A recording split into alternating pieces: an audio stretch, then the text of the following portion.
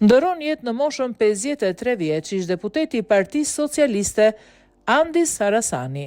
Ka ndruar jetë në moshën 53 vjeç ish deputeti i Partisë Socialiste Andis Sarasani.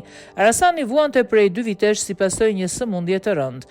Lajmin e ka shpërndar në rrjetet sociale bashkëshortja e tij Suela Kaplani Harasani. Të dashur miq e familjar, me hidhërim të thellë njoftojmë humbjen e parakoshme të njeriu ton të zemrës, babait, bashkëshortit, djalit, vëllait, mikut Andis Sarasani. Andis i luftoi për jetën me forcën, besimin dhe vendosmërinë që e karakterizonte gjithmonë.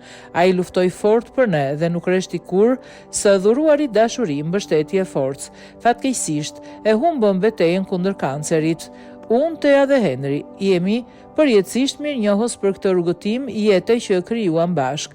Ti do të mbetesh në zemrat tona, njeriu ynë më i shtrenjtë, me humor të pakrahasueshëm, gjithë mençuri e guxim për të ecur përpara. Do të na mungosh pafundësisht dashuria jon.